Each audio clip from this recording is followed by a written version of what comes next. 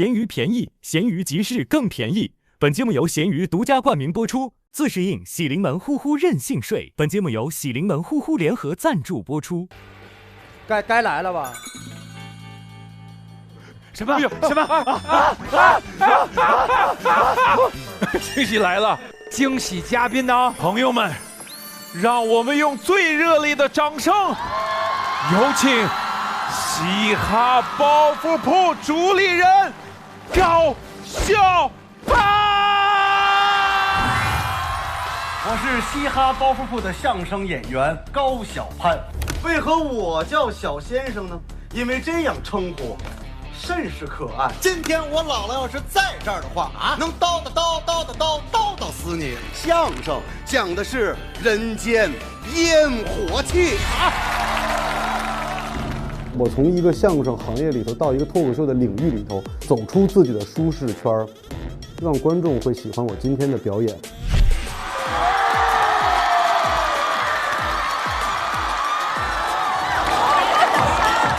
Hello， 大家好，我是青年相声泰斗高小攀。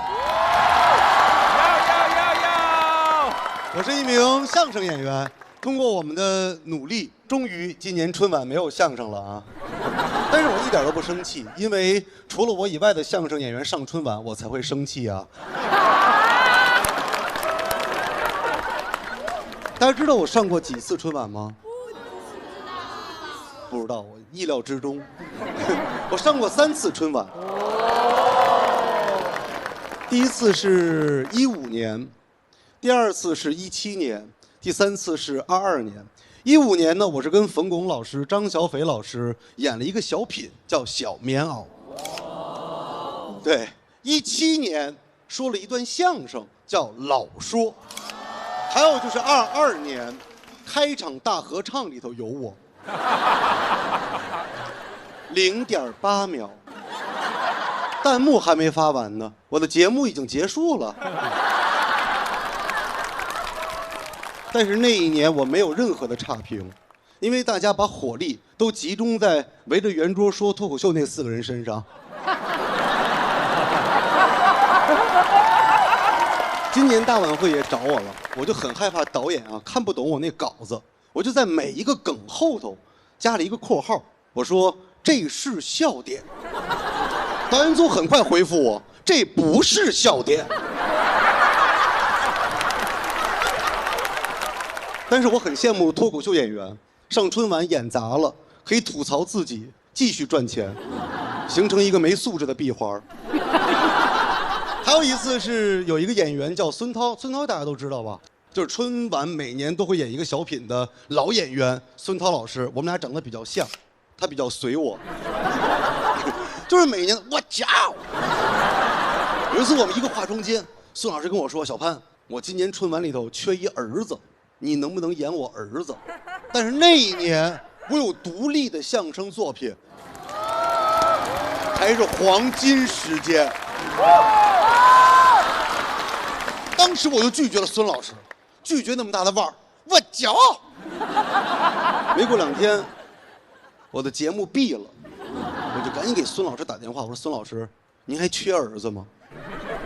哦，大张伟已经演了。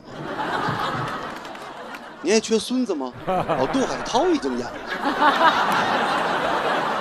后来我明白一个道理，这人呢，不珍惜机会，连当孙子的机会都没有。但是你还是想努力。我老说努力到什么份儿上？有一次我遇见一位大师，我说：“大师，我想上春晚。”大师给我比了一个手势，你没问题。22年我确实上春晚了，上春晚之后我才明白他这个手势什么意思，0.8秒。你说为什么这么努力？因为人嘛，都是想力争上游的，人间名利无非是水中望月，红了多少眼，碎了多少梦，到头来不过是白发遮面，放手好散。人生一世苦涩辛酸，不过过往云烟，苦涩皆是心念不透，心酸回眸望繁华满地，一梦而追寻，一寻追梦，待人生一世周而复始。待会儿再鼓掌。子曰：“君子实不求道，敏于事而慎于言，就有道而正焉，可谓好学也已。”我相信所有的观众跟我一样，也不懂什么意思。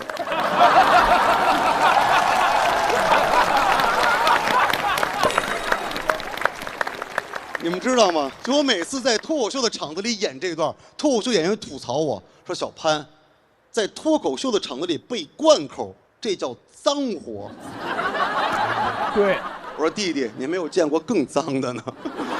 但是我觉得挺有意思。你说上完春晚之后，确实会被人认出来。看今天中午我吃饭花了301，就让人给认出来了。看在你是高小攀的份儿上，300。语气呀，我说那我要是花了304呢，一样300。太好了，给我拿瓶可乐。谢谢大家，我是高小攀。谢谢小潘。都来了。Hello， 您坐。Hello， 大家好，我是嘻哈包袱的相声演员高小攀。太棒了！哎，小潘怎么跟你就有这渊源了？我们刚在北京见了，我们在线下在那个开放麦啊，那天大宅也在，但那天他们俩都说了，我没说。在北京相会。对，就都在那儿。哇塞，这个故事这么的稀松平常啊，就是没有任何的点呀，好棒！介绍一下这个衣服吧，这是你画的。这个衣服，这个底下是有一个我的设计的，然后这个笔触啊，这跟我人生的感受是。你说你的。那一天我去是试段子嘛，然后突然他们跟我说，哎，后台来一大腕，我说谁呀？海涛。然后第一次的见面，后来编导跟我说，海涛老师那天也要说脱口秀，本来想听一下海涛老师的段子，后来也没听上，所以就是有一些遗憾。没有什么遗憾。然后呢，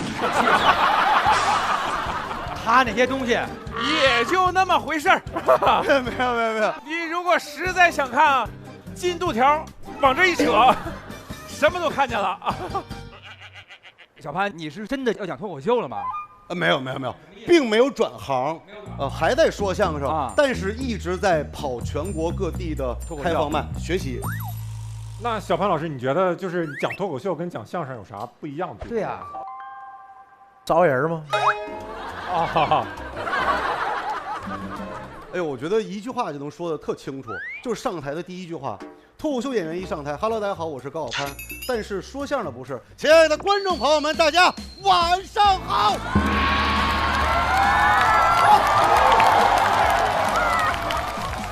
然后再有一个创作体系也有很大的区别。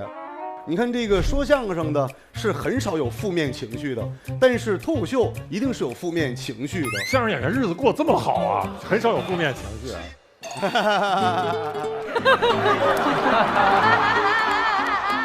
是因为我们一辈一辈的教育告诉我们不要去轻易的冒犯观众，因为你不知道下面坐着谁。但是脱口秀一定是一个不能说完全冒犯的，但是它会有一点冒犯的艺术在里头，所以它是创作理念是不一样。他们就是互相冒犯，都是砸捧哏的。哦，对，台上的两个人会互相冒犯。对。前2天我们录节目时，阎鹤祥去了，阎鹤祥当爸爸了，然后大家都惊讶了，说捧哏的也能当爸爸啊？你说多损这帮人！下面这一位观众朋友们，你们一定会非常的喜欢，这是来自我们的长沙的妹头大顺。妹头。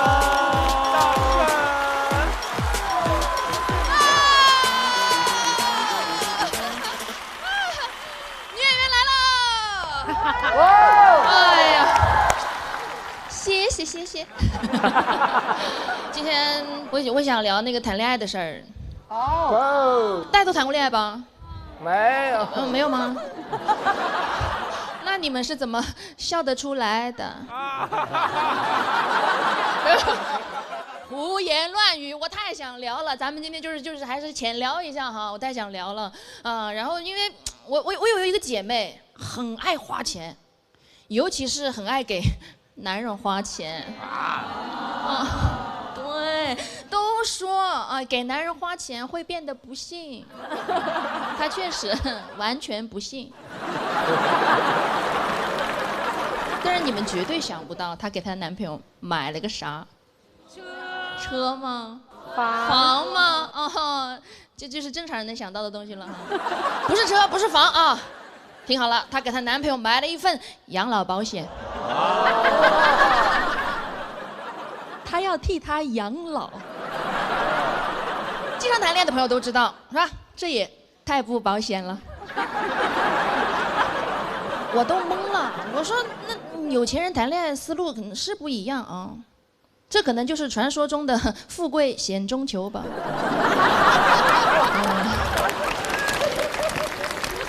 果然，求人得人，她男朋友在外面找了别人，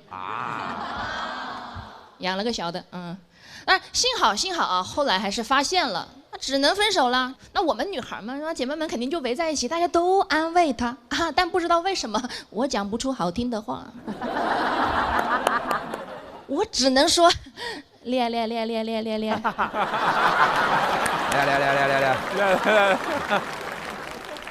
确实是有点厉害啊！你看一场恋爱，它弹出了一种生态感，一个完美的闭环。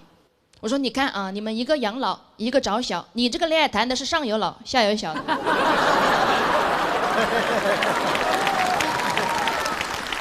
是谈一次恋送2个亲人。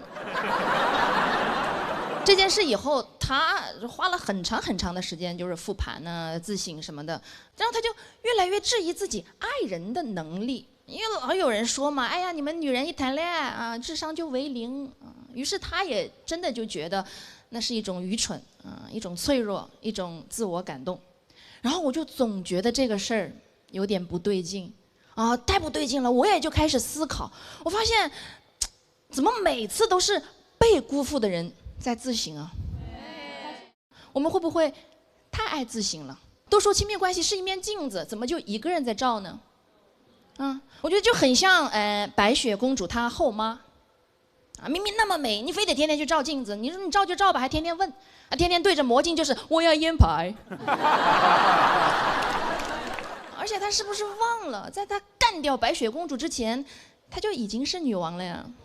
哇，对吧？她不仅美，她还有阅历。有没有可能她干掉的就不是白雪公主，而是那个天真善良美好愿意相信爱的自己？谢谢，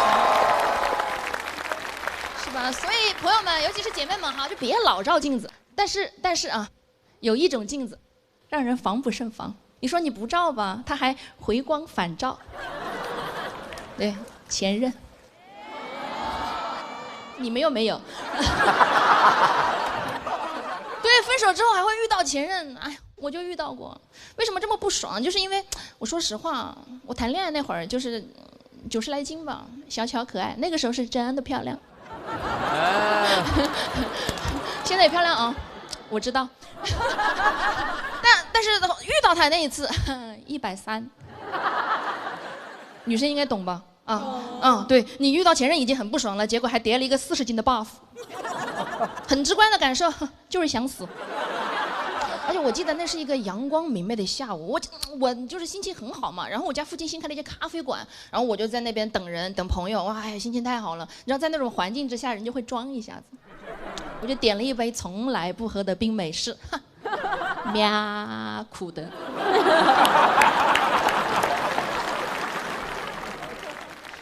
就感觉美式吧，它就是吧，感觉好潮啊，就感觉别人都在关注着我啊。其实我也心不在焉的。然后这个时候有一个彪形大汉，他夺门而入，那我就很顺势，我就抬头看了一眼，我说：“哎呀，这个脏东西！”我一下就把他认出来了。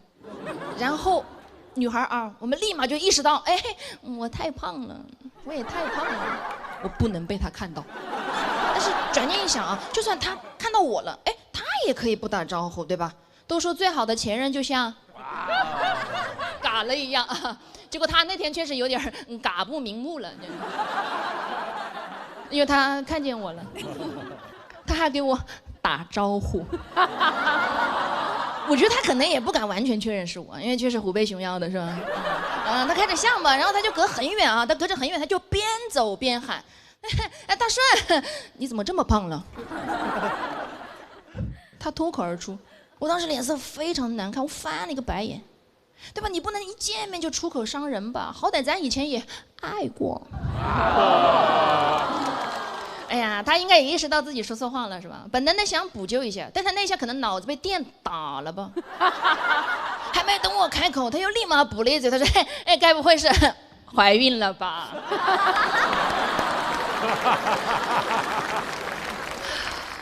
我居然还胖出了一家3口的感觉，真的很想骂人，是吧？但又立马我又意识到，哎，在他眼里我已经成家了。还挺美满的是吧？啊，那么这个时候，朋友们，眼前就有2条路了，要不就承认自己怀孕了，要不就承认自己长胖了。是你怎么选吗？怀孕。我当时立即马上就决定自己怀孕了，戏就给足了，我一个反手，我说对啊，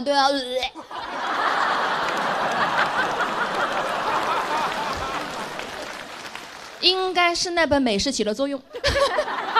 确实给我哕了一下啊，有点哕大了，因为生怕他不信嘛。哎，结果他立马就信了。我估计他也没多想，因为我这么说其实也缓解了他的尴尬，他就觉得自己猜对了嘛，就不存在就是说冒犯我，是吧？然后他还特别 nice 的跟我说，他说：“哎，是吧？我就说嘛，看得出来。”我觉得啊，也行吧，到这儿也算是一个 happy ending 啊。说完你就赶紧给我滚。结果他还要追问，反正正常人就问孩子几个月了，是谁的，哪怕他口无遮拦问是不是他的，我都能就是应对过去。结果他问的超偏门，他说：“哎，怀孕了怎么还在这边喝这个冰咖啡嘞？”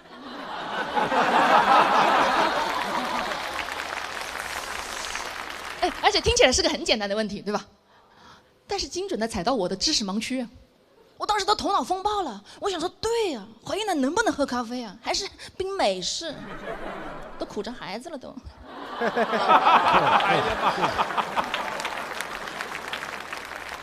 是我当时真的管不了那么多了，我边笑边说：“我说没事，宝宝爱喝。”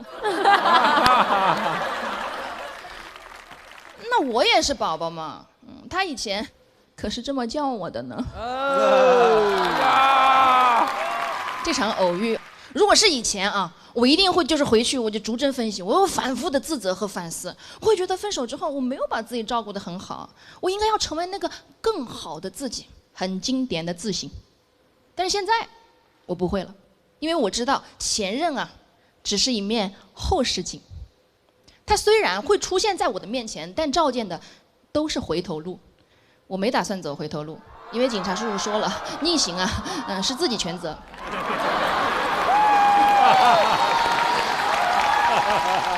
所以朋友们，别照镜子，别回头，一起大步向前吧！谢谢大家，我是大顺。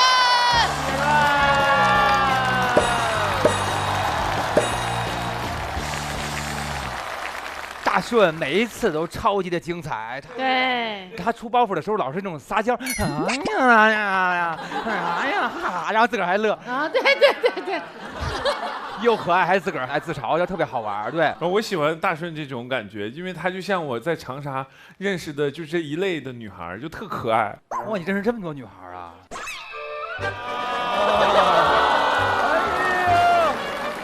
不应该只认识梦辰吧，对不对？怎么回事？哎呀！刚才那个词儿我要学习一下，说那个特别胖什么啊哈什么胖？哎，不是，他说的是苦，喵苦的。对，我们长沙话喵苦的，就是超的意思。超级。所以邓超应该叫邓喵，就是喵人来喽。但是你知道，刚才你聊着聊的时候，我们那个大宅往心里去了啊，因为刚才你说一句，你怎么还喝冰美式啊？有点代入了吧？说明那前男友心里还是有你。可能说明大宅心里有人吧。咱不搞这个，其实我心里还有一个问题啊。你胖了40斤，胖20斤的时候想啥来的？知道你为什么单身了，就是。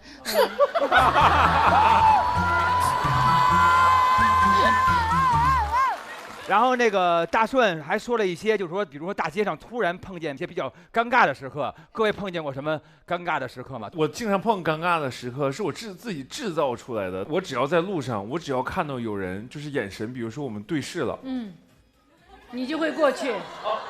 想合影，手机呢？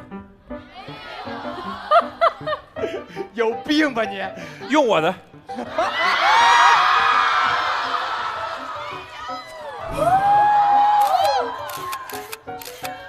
你在马路上这么干呀？一堆人不看车了，就看你在这儿。因为我就爱合影，我明白，喜欢跟别人大家聊这种感觉。对，而且我最可爱的是，有的时候可能突然一个场合，可能2、3年前，或者5、6年前，甚至10年以后，10年前，就是我们又遇到了，又遇见了，然后又会合影，就是又会拍。你尾随人10年啊！我追了你10年呢。哎，我认识你这样，我有个艺人朋友特逗，就是那种他特别希望别人认出他来。他每回就是去别人家那儿，然后人家不是保安不让他进嘛，他一摘那个口罩，说哎我，就说一个字儿，人保安说滚。好嘞，我之前还跟大顺聊一句，因为他真的太优秀了，特别希望有更多人看见你啊。我还说我说不参加点别的节目，要不推荐，就是都可以去嘛，各种各样的节目。大顺说他就想在长沙演呀。费姐啊，费姐，但是我真的很希望，是不是各位也希望有更多人看到大顺的精彩？谢谢，我努力啊，努力啊，一定，我觉得没有看过你演出的人对他是种损失，所以说我真心的希望有更多人能够喜欢你，看到你的演出，好吧？谢谢大顺，谢谢老师，谢谢大家，拜拜，谢谢大顺。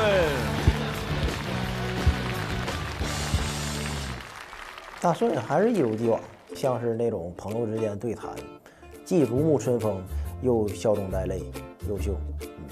如果满分是100分的话，给今天自己的表现打多少分？120。为什么呢？舞台当然不可能是完美的哈，可是我觉得就今天的我的感受，我觉得我完成了。然后呢，20分是给自己的鼓励，所以是120。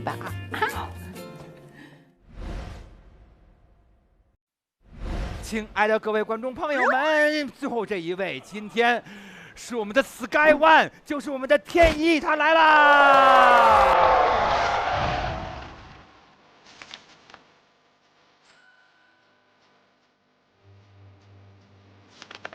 我就喜欢在后台读读这种口袋本，看看书。你去刷抖音，你只会成为一个乏味的中年人。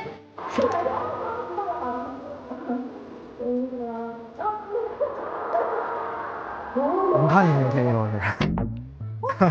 我说能看进去吗？看100多页了。我就其实，在后台有时候乐意就是看点书啥，不想老玩手机。我觉得这本书蛮不错的，它是上个世纪50、60年代的科幻作品。你觉得有些故事的结尾，觉得哇，毛孔都炸起来。然后走没光了。最后这一位就是我们的天一，他来啦！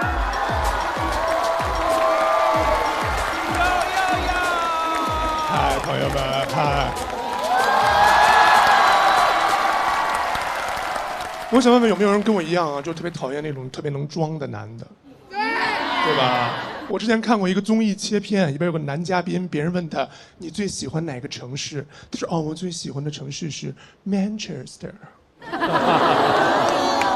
白眼翻到一半，发现翻早了，因为他旁边男的更装，说我跟你不一样。我在英国留学的时候，最喜欢的城市是 Southampton。Southampton， 南安普敦。我感觉这4个字中文说出来不费劲，对不对？我不理解他为什么要说成英文。我觉得咱们俩中国人日常聊天，说完 South 之后，你后面最好给我跟一个面。South。面，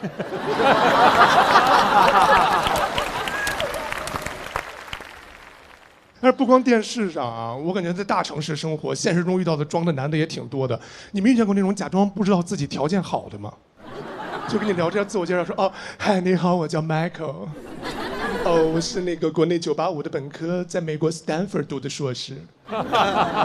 回国以后呢，独立创业，现在靠自己，在北京有6套房。3辆车， 8块腹肌。我说那谁问你了？就是还有说哦，对我很在乎 fashion， 有在用心穿搭了。哦，你问我身上这件，这是一个小众的牌子，他们家这件 T 恤的正价是1299元。哦，但我没有买过打折的，不知道打折会打多少。我敢保证，朋友们，这种男的他一定买过打折的。我的生活经验是，一个人只有买过打折的，他才会计较正价是多少钱。还有那种装自己很热爱生活、很懂生活的，就会聊到什么哦，我有在坚持运动了，每天都会去 the gym。周末一有机会就去户外，冬天当然是去滑雪，因为滑雪这种东西你知道，一旦沾上就戒不掉的，对吧，小陆老师？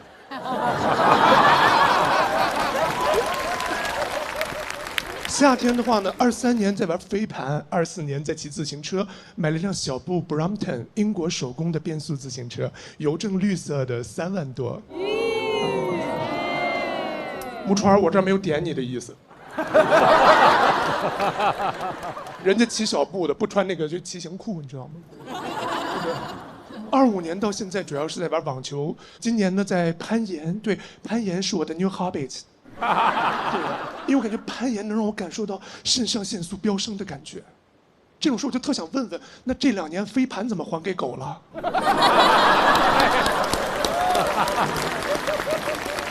飞盘不流行了就不飙升了，你那是喜欢飙升吗？你就是喜欢跟风，对不对？装完生活一般就要装文艺了，一般会这么聊说哦，我兴趣蛮广泛的，平时会听一些摇滚乐，主要是后摇。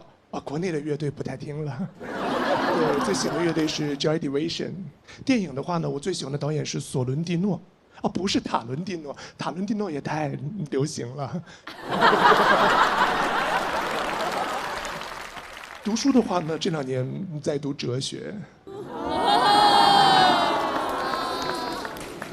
最近在研究存在主义，因为我的原生家庭不幸福。You know, my parents were divorced years ago， 所以这导致我内心其实是一个蛮脆弱的大男孩。大哥快40了。朋友们，我的个人建议，遇见这种男的躲远点儿。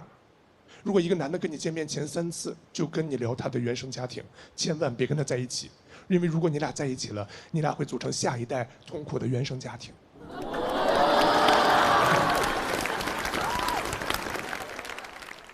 我原来其实也不讨厌装男，因为你们大概能看出来，我这人也挺装的，对不对？主要这2年大家有点太能装了，我装不过这些竞品了，所以我希望搞一个新综艺，名字我都想好了，叫《不会装就露宿街头》。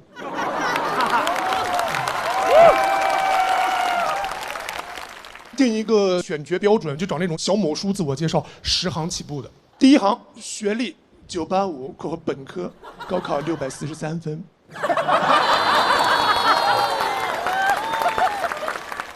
然后 Stanford MBA QS No.1，1要大写而且标红。第2行身高188 cm， 体重78 kg， BMI 16.5， 体脂率11.7%， 8块腹肌。第3行狮子座，月亮天蝎，上升白羊， SBTI 有5。4、5、6行的兴趣爱好：羽毛球拍、网球拍、冲浪板、登山杖，摆3行。最后2行这哥们通过了考试，说本人先后高分通过过 SAT test、GRE test、CPA test、CFA test、DELF test、TOEFL test。你不用管这些 test 是什么，你就记住一点就行了。这哥们通过不了测谎仪 test。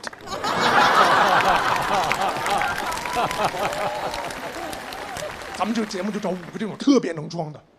再找5个真这么生活的，我相信真有人这么生活啊。然后这10个人组一个嘉宾团，录节目的时候就让他们上去展现自我、展现魅力。10个人都展示完了之后，找一个观众朋友让你猜，对，这是装的还是真的？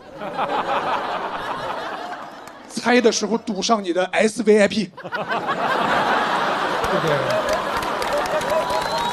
猜错了，把你 VIP 给你删了，让你明白什么叫知识付费。花这一点钱认识一种渣男一辈子，大家这种节目你们愿不愿意看？愿意。所以我给导演组提个建议，露宿街头录完了，咱们下半年就录这个，因为这个我还能来录。谢谢大家，我是天一，一个不爱装的人。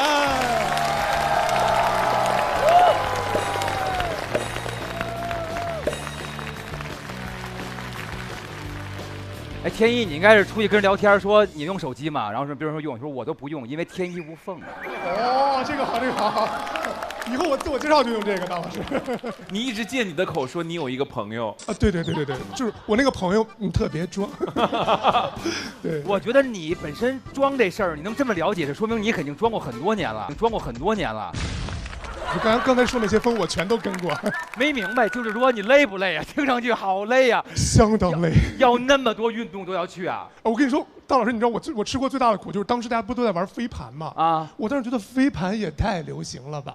哦，要小众，要更小众一点。我去玩了那个腰旗橄榄球。啊，什么呀？什么？在屁股后面拴2个绳，然后一个人抱着球往前冲，后面人追他，去蹬他那个袋子。当时有几个人在玩？当时北京大概有100-200吧。100-200个人。对。但是玩这个运动的人，所有人都觉得自个儿特别的厉害，特别的厉害。旁边就是我们雇了4-5个摄影师在旁边拍照，发4000朋友圈。不止发4000。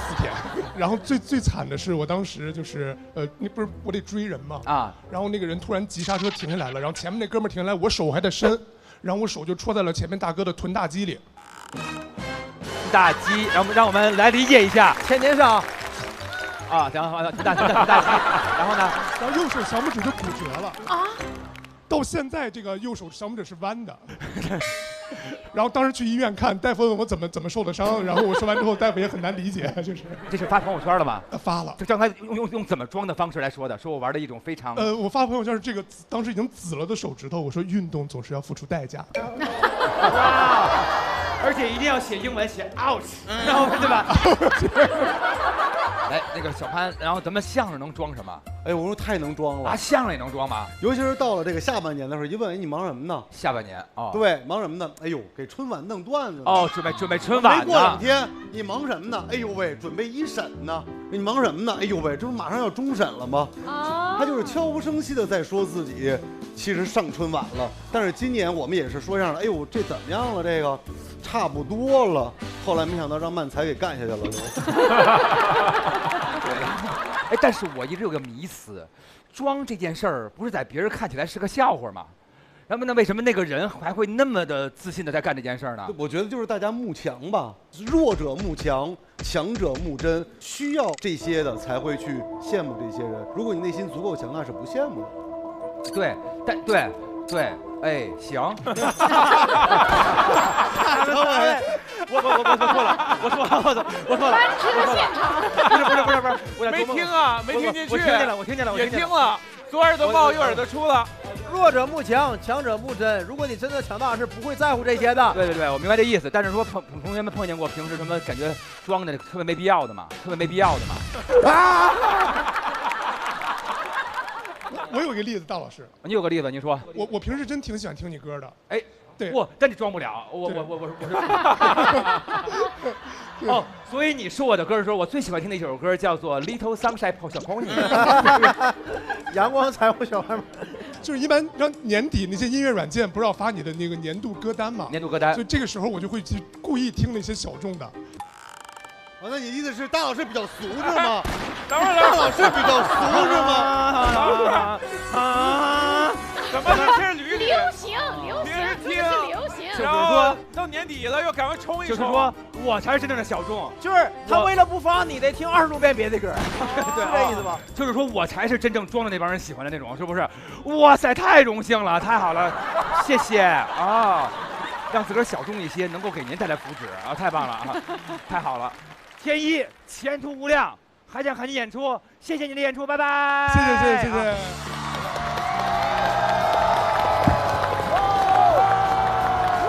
好嘞，现在我们所有人的演出都已经那个演完了。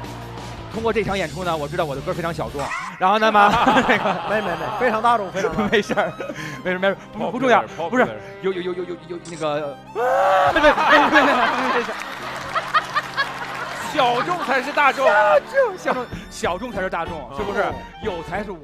对，咱们玩哲学，玩道家思想来。然后那个就说你的，然后咱们2位老师，其实那个您是第一次来，您觉得哪个演的您特别有印象？大家回顾一下。哎，我觉得天一特别好。哎，你刚看的是吧？这个印象是真深的。对，还热乎着呢。对，因为我们俩都是保定人，所以就会多了一分亲切。第二个呢，而且我觉得天一我们在经常很多开放麦的时候去看到天一的表演，现场也很炸。是，而且天一是演过是好几百近1000场了哈。对，他是把他这么多优秀的段子在这个节目里集中的曝光，所以说我相信他一定能够让更多的人看到他。好嘞，来，您已经是脱口秀老观众了是吧？看2场了已经。这一回哪个印象最深？我觉得抱抱的状态特好。他说我蹭我妈人气。立刻能想起来他中间哪个桥段，大家最喜欢的抱抱哪个？什么？红富士大灯，苹果肌反光，听见没有？演半天记住的还是苹果肌，没有别的。太棒了！然后我觉得大顺也挺可爱的，大顺太可爱了。我觉得大顺那个整个人的那种表达方式劲儿的，就我喜欢那个感觉。所以说每个人都有他们自个儿特别希望大家能够记住的这个笑话。其实重点就是在于，其实唱歌也是这样，希望各位能记住那个最红的那块副歌或者怎么样。他们写这么多段子，就是为了希望能够记住那些梗能够流传。好的，那么各位现在就是行使各位权益的时候啦。各位每一个字每一段评语对我们都是非常珍贵的，希望各位写在手卡上给我们打出分数。我们只要是4分以上超过70%，那么今天我们就算顺利的过关了。那么精彩还在继续，千万不要走开，待会儿我们还会回来的。谢谢，答案即将揭晓。翟哥，海涛哥带来的美食够地道吧？确实，每次吃的都特别好。要是海涛哥每天都来就好了。我这现在胃已经叛变了，我嘴也吃刁了。哎，就你的来了。哟，长康啊，老朋友了。对，长康100%纯芝麻油，纯物理压榨。做菜拌面的时候来一点，你那被养刁的嘴立马服服帖帖。确实，我现在就认这一滴醇香，长康纯芝麻油，心服口服。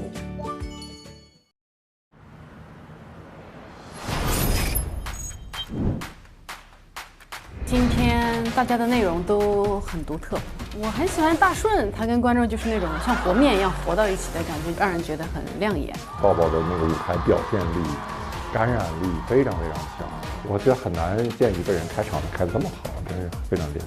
一鸣今天拿那个大老师唱歌作为类比现挂，那一下非常成功，我觉得肯定是成功的。我觉得我们越来越会不露宿街头了，感觉有点悬，我感觉我不偏向露宿街头吧，有可能。今晚会露宿街头吗？今天必露宿，那肯定露宿呀。今天咱们要给自个儿掌声鼓励，又是华一天，太棒了！我们高老师已经在认真的读，我们观众真的写。你看这话说的多狠！哎呦，你们每回那个相声园子要能有这个，所以我们相声园子没有蕊炮。对。我先说一个好的吧。对，来说一个好的。这个是捧富士的红富士。哎呦，抱抱。对，爆点多，抱抱大爆，舞台节奏感太强了，金句频出，今天全场最佳。太棒了，抱抱厉害。5星好评。还有一个就是也是说抱抱的，就是他一定是一个好的一个坏的嘛。哎呦，啊，还有一个说他不好的。对，前面太闹了，后面有点没接住。果然成绩好的干不过成绩差的。啊，说楚哥，高考643。哦，说的不是抱抱，也是夸的抱抱，拉踩楚哥就是。接下来我上来就是一个5星。哇，严一鸣，有审美，一上来就自带喜感。讲修车的时候，我脑袋里都有画面了，感觉严一鸣只能修 SUV。我怕轿车你进不去底盘，哈哈哈哈。幽默，看他还挺好笑，这个观众，对，观众挺好笑。我这边4星哈，喜欢天一装男综艺太有意思了，想看。是我身边很多朋友都能上，好运陈呱呱。印象最深刻的就是今天的女演员大顺。谢谢。互动非常好，非常自然，一上来能量就很足，让人听得很舒服，而且非常接地气，好梗好笑，好喜欢。好喜欢，耶！好感谢。好梗好笑，好喜欢。高晓攀，不愧是老喜剧人了，舞台上台风稳健，表演风格也很独特，整体很顺滑。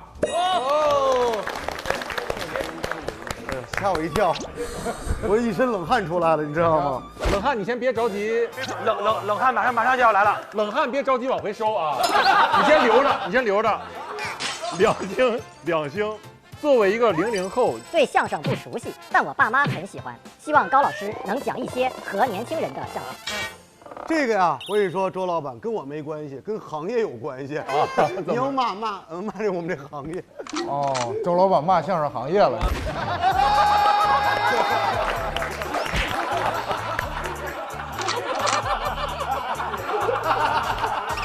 损啊，有点损。怎么2星？我这全是差评。哎呦，2星。哎呀，我好怕。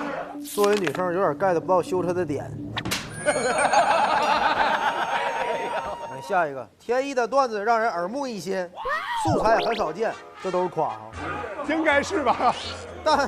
但可能我预期太高了，一直在期待能有个炸梗，最后也没听见。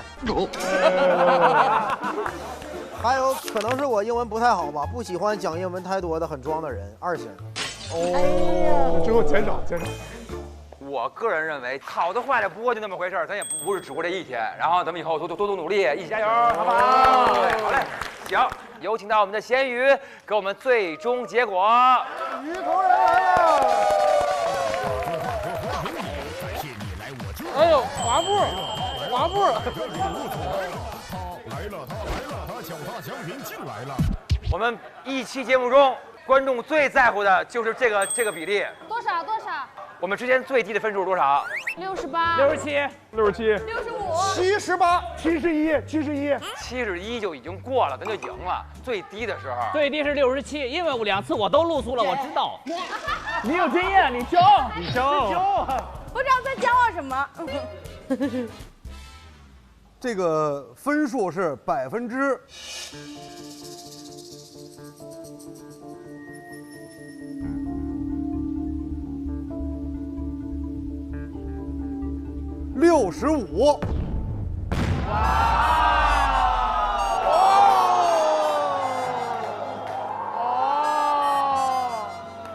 我要露营了，兄弟，我才来，又露宿啊？为什么不做票？这是做完票的分数了。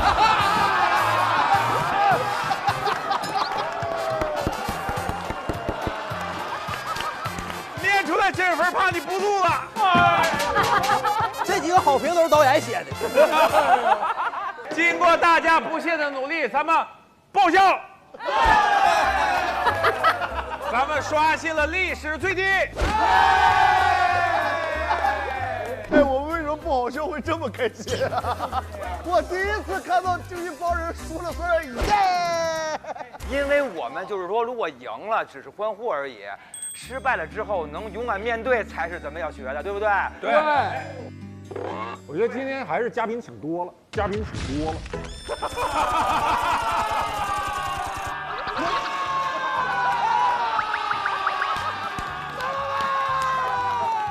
周老板，一期就一个梗就得罪人。你控制变量法，我们之前都是1个嘉宾，然后2个嘉宾就最低了。我也不是说一定是高晓攀老师。天花板砸的就是相声。REAL。我就合计在我这儿了。问题有可能就是你俩身上。Hello。哎，来，我们都非常熟悉了。我是老露营了，兄弟，我是老露营。你来之前我是露营王，我讲3期，露宿2期。来吧，背着走吧。我觉得这样好不好？咱今天什么都不拿，就是轻装上阵走。哎，真的假的？今天可下雨了。直接躺地上睡吗？有涛哥带咱们的，能受苦吗？对不对？我觉得这场就是我们整体太紧了，我们抛掉包。好，走，我拼了。走，你在前面先带着所有人走，老师走。我们走了。拜拜。整挺神秘，连行李都不让带。你说他们去干嘛了？他肯定是玩去了。别管他们了，我们来吃。吃了这个，我跟你说长大个儿。哇哦！我很喜欢把果冻冰冻了之后再吃。冷冻是吗？对，我没有吃过。很好吃，你下回试试看。辣椒炒肉拌面呢？我帮你拌，我超会拌。那我们调个酱料，我很会调的，香油。好香。调个多蒜的，一个小蒜的，香死了。哇哦！要不要帮我一起调 ？OK， 尝看芝麻油。耶！我可以直接吃这个酱料，我也觉得。好啦，这是你的。哇，好吃吧？好吃吧？好吃。说走就走，去哪都不知道呀。敢问路在何方？不敢问，就带着命来跟你走，浪剑走天涯。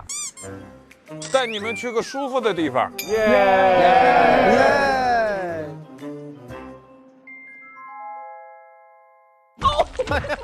为什么这么疼这个？痛苦面具了，我有一点。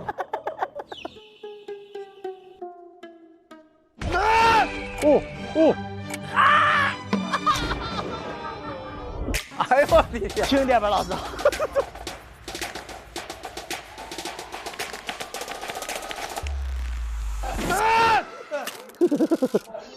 哎呦我的妈呀！你不疼吗？我还行。那就是身体好。他就是让你麻木了。哎呦我的天！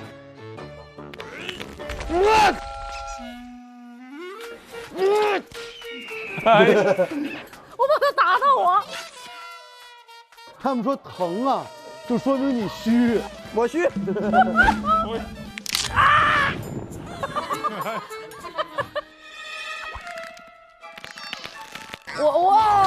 我的注意力。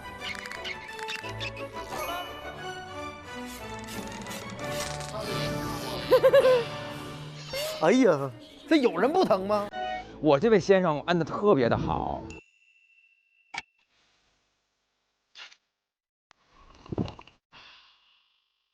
你这边给你按一下脚。行。一点不疼，超 super good， 金牌技师。哎，咱就边按边舒服，然后边看我拍的网剧。是得奖那个哈？对，得奖的那个。看一下获奖作品。哇塞，来了！这份，哎呦，哎，这演技！坏人来了，坏人来了！我来了！哎呀，谁？哎呀，这狠的了，看看狠的部分啊，爆发力啊！来了，集锦来了，开始抽人嘴巴，哇，来了，真抽啊！太坏了，这角色！你这人每天寸步不离的跟着苏小姐。哇，看进去了，就是他是内鬼。怎么猜测了？啊？熟不熟悉？怎么能抱抱吗？怎么的？这个动作好熟悉啊！我刚刚好像也经历了一下，我们。爸爸，你听我的，好吧，爸爸，听我的，你听我，我是，好不好？我是，这不就刚才你顶着抱抱那个？我说刚才为什么会有那招呢？哦，原来拍戏留的证，后遗症。艺术来源于生活。有点沉浸式。哎呦！哎呀妈呀！哎呀妈呀！大头老师，你居然是这样的人！哎，哦，就这段获的奖啊！高尔夫球打出来的这个奖，哇，好棒！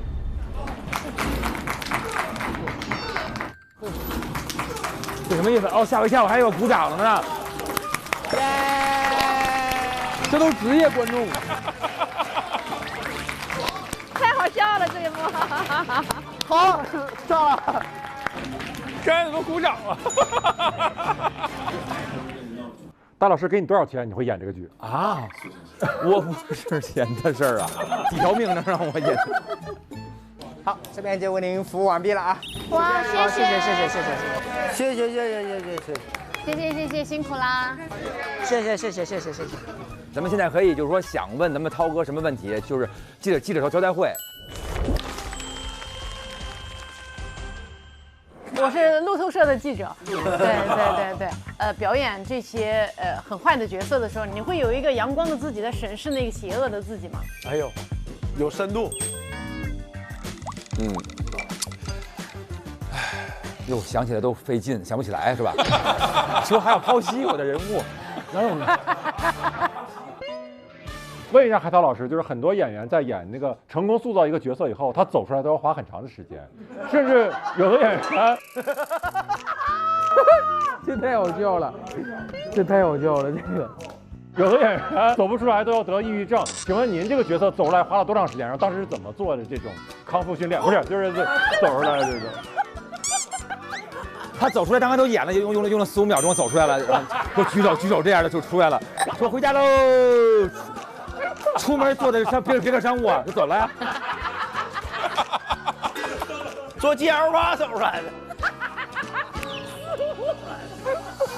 这个我觉得这个问题问得非常好。你看，因为短剧它太快了，我一共就拍了3天，我其中1天还定妆，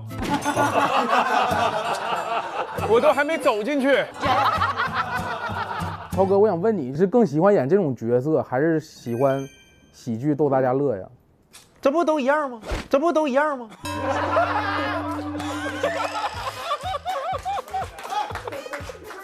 你让我搁一会儿又走不出来了啊！好疼！信念感，鹏哥，涛哥，信念感。其实这个时候想做这件事情啊，也确实是想在人生的这个节点上有一些突破，但是确实没想到这么好笑，还是没突破了啊！演喜剧都没这么好笑过。哥，咱说要拍《小公子传》啊，你在咱这里边挑上几个带走跟你一块演，你来，你搭个班子。我就这样。我选句台词，你们现在试试戏，我品一品。行，可以，行，来，行。因为咱们这个是剧组啊，那不能说你说来我就演，这咱不是儿戏啊。萧公子是非常公平的，你对不对？对，机位啊 ，camera， 来，安静。好，大家不要说话了，不要喊。就你在喊。来，3、2、1 ，action。他栽赃我，你的人，他怎么栽赃你？啊？好熟悉啊！你的人整天盯他。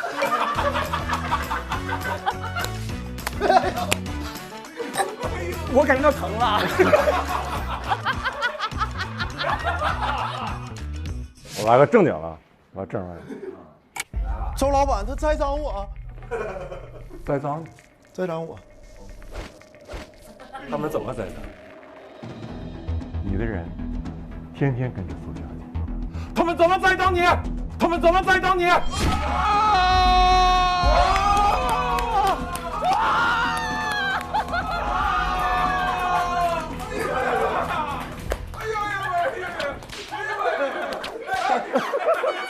苏老板，我错了，苏老板，走出来，怎么栽赃你？周老板是演技天花板，都不是脱口秀天花板了。这太好了，这个从他眼睛里看到一个变态。哎呦，你们别说你们这么演完了，我感觉这角色不难演。明年都得奖啊！那咱们就原地躺下吧。行嘞，就盖个被子。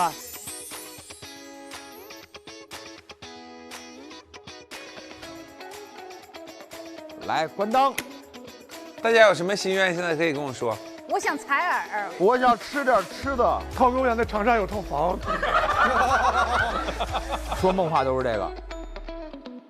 想来线下看选手们的演出吗？打开大麦 APP 搜索“不好笑就露宿街头”，进入线下演出许愿活动页，关注你喜欢的演员，并许愿你想看的演出城市，选手们可能就会来到线下演出现场哦。有请唱跳小王子刘伟脱口秀。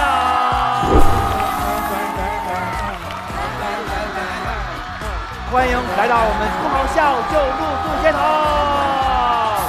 咱们这个开场秀怎么个想法？对，因为主打的是抄袭赵露思。因为这个圈儿真的太难混了，就今天这一单都是我诚挚邀请节目组邀请的我。你们有想过退圈吗？跟刘伟老师说一声，你已经特别优秀了，我是做不到，上来就这样的。前阵儿在医院检查，查出了点病，那医生真的过一会儿问我一遍：“你想过寻短见吗？”我说：“你是想帮我吗？”啊！所以我现在觉得KPI 的正确英文全拼应该是叫 Kill People Immediately。我奶奶从小就喜欢给我扎这2个丸子头，但是他们呢，他们仗着自己看过几集神奇宝贝，他们叫我双蛋瓦斯。那个差评，就差评啊！长得挺帅，就是说话听不清，而且情绪很平，感觉怨气比较重。你就该被裁员。我跳一个动作，大概猜时间多少分？5啊，90、85。今晚会不会露宿街头呢 ？Hello， 我已经2期没有回来了，有没有想我？想你。然后我们今天玩的游戏就是不要做挑战。动手啊，咱们！耶！你多久上啊？这是不是你的筷子啊？鸡翅都脸红了，你赶紧跟人家道歉。讲脱口秀是兼职吗？还是正职？我也是学习脱口秀演员的。我输了。这个问题是冲着我来的。上惩罚，上。我不敢碰。这个贵。哎呀！我来点软。快救救吴丁老师！不好笑就露宿街头，每周6中午12点更新。SVIP 用户可提前看下集 ，VIP 每周6周日分天更新，非会员自周2周3 12点免费观看。SVIP 用户每周日加享衍生、嘉宾精编、段子纯享版等精彩内容。每周日中午12点 ，SVIP 用户解锁露宿街头也要笑衍生节目，看脱口秀演员们更多爆笑互动。每周1至周4不定时掉落笑街微博精彩花絮等你来看。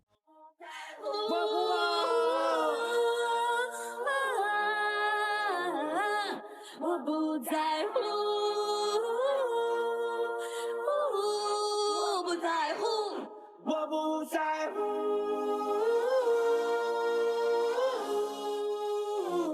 关注新浪娱乐，更多精彩资讯早知道，更多精彩内容尽在新浪娱乐微博综艺、新浪综艺。我妈今天来录节目有任务，哥，我给你教句话，你说抱抱的妈妈，您好。为什么要称呼你为您？因为你在我心上。哎呦，大孝子，抱抱妈妈，你好。您好。哎呀，怎么就这2句也记不住啊？慢慢来，慢慢来，慢慢来，慢慢来，慢慢来。抱抱妈妈，您好。为什么叫你不叫您？因为你不叫你，不叫你。为什么拍3天？你明白了吧？爸爸妈妈您好。为什么叫你不叫您？叫你不叫你。爸爸妈妈您好。爸爸妈妈睡吧。爸爸妈妈不差这个祝福。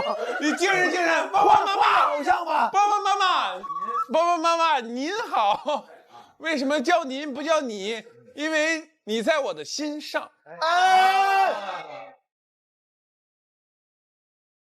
我不生气，我不生气，别和啥个日期都不至于，都不至于，都跟我没关系。你说什么就是什么，就是离开，离开就是肤浅。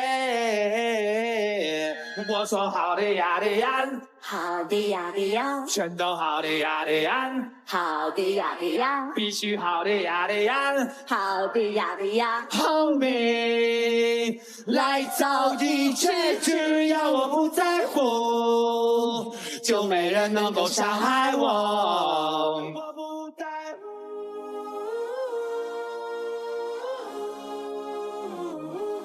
我不在乎，我不在乎。